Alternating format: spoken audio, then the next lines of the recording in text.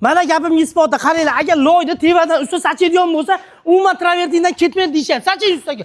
Onasini ustaga nima qilib yubordingiz, jon aka, bunchalik. Mana, aka bitta o'z tevadan yuvib ko'rsatib bering.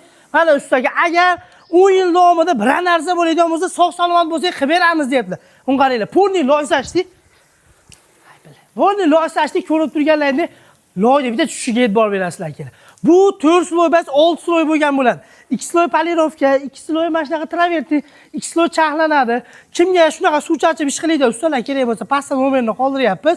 1 kvadratini 100 ming so'mdan. 1 to'rala tomoni 1 bo'ladi.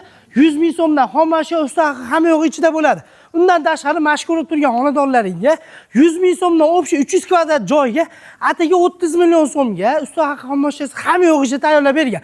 Dollarga keladigan bo'lsa 2300 dollarga hamma rasxodi bilan bitgan.